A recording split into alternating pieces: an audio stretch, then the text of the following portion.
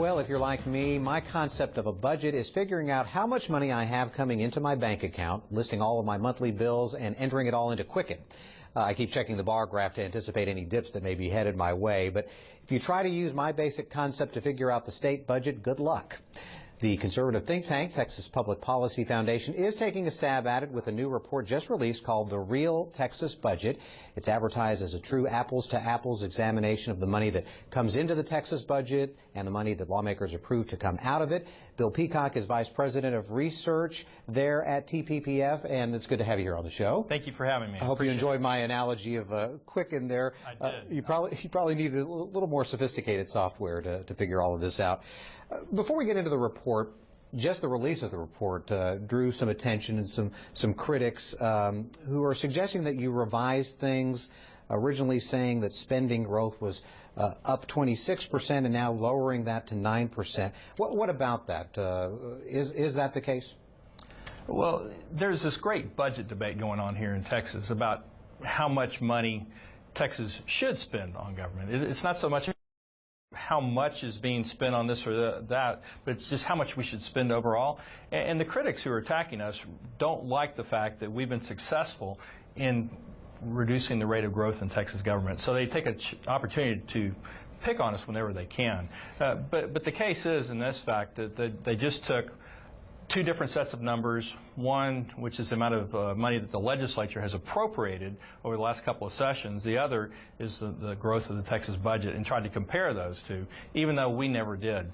And so they're doing apples to orangutans, if you will, and it just doesn't work. Now, and again, I promise we'll get to the report, but part of, I guess, the criticism was that, now famous Wall Street Journal story that used the 26% figure, and then a lot of people, I think it was called Sacramento-style spending, and a lot of people used that premise on the campaign trail. And, do you think the framing was fair in terms of the use of that? Do you wish that maybe people understood what that 26% was versus maybe this current 9% that we're about to talk about? Well, the reason we came up with the session spending or session appropriations concept, session-to-session appropriations, is because there are a lot of budget shenanigans, if you will, going on.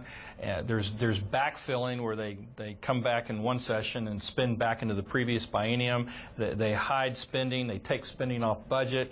They delay spending. All these kinds of things go into really obscuring how much money is being spent.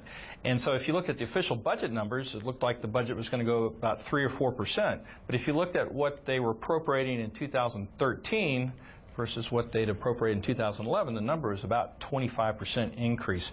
We felt like we needed to bring that up to start the debate about whether or not they were really being as conservative in the budget as they said they were being. Well, I know some of the complication is that legislators meet every other year, right? So you're putting out a plan for 2 years, and so you have these supplemental budgets, right? These IOUs to some degree.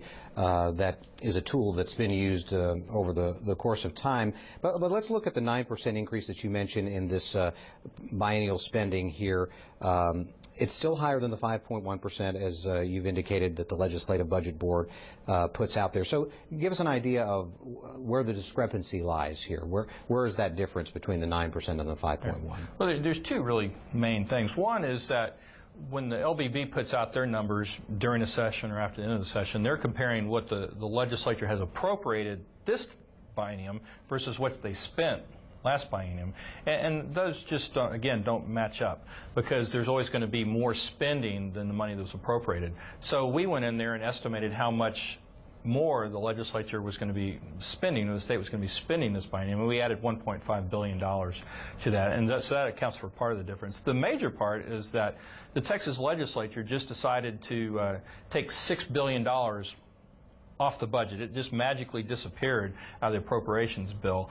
And so rather than spending $206 billion, which is about what they spent, their figures only showed $200 billion. Now, I think the $6 billion that you're talking about is dealing with money that was income from patients who go to, like, these hospitals that are run by universities, right. and so basically would come into the budget and go right back out. Yeah. Wasn't that an idea of transparency, that they wanted to go ahead and just take off the books because it made no sense?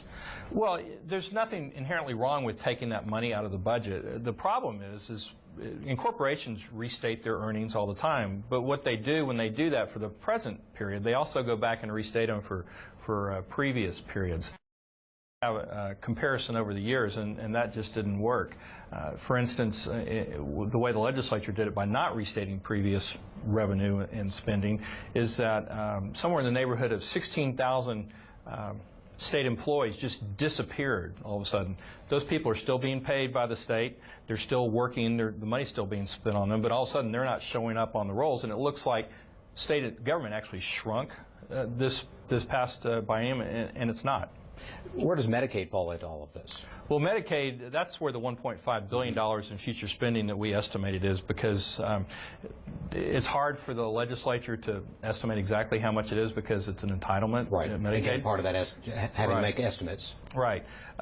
So we added $1.5 billion. The problem is that recently the legislature has been sorely underestimating Medicaid spending. It was like $4.5 billion last biennium, $1.5 billion this biennium. I think the trend is in the past was more like 300, 400, 500 million.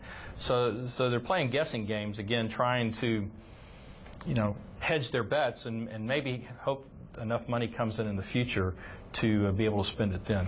What about the whole solution then to all of this? I think looking at the report, limiting total spending to a yardstick of sorts is a difficult thing to do. What's the measurement, and why is it so difficult to accomplish that? Well, it's difficult to accomplish restraining the growth of government because people want the money that government has.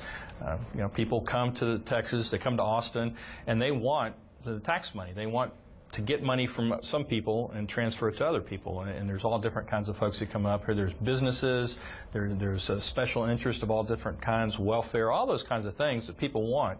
A lot of that spending is legitimate, but maybe some of it's not. But sometimes those don't get properly in the political process, the legislative process. So it's really hard to restrain the growth of spending. We think the measurement should be, at the most, population growth plus inflation. And you'd like to see things put online to really give an account, as you would say, in real time. Yeah, there's no reason that all the budget information isn't online in pretty much real time for average Texans, for legislators even. If you're a legislature but you're not on the appropriations committee, you're going to have a hard time finding out the information yourself. Sure. Have that online because it's all out there. It's in the state budget systems, it's in the LBB systems, it's out there. Why not make it available to the public and let them have it, let them download it, look at it, and make some decisions about how the money's being spent. Anything else that you think the public ought to know about the budget process here? Of course, they can go online. It's texaspolicy.org where they can see this entire report. But any other point that the public ought to know about? Well, I think the main thing is that once a bill is filed in the legislative process, an appropriations bill, there's almost no chance to reduce the size of the bill, the amount of money that's going to be spent. So we've introduced what's called the STAR Fund, the Sales Tax Relief Fund, that would allow a member of the legislature on the floor of the House or the Senate during a debate on appropriations bill just to offer an amendment and say, no, I don't want to spend money on this program, whatever that program might be.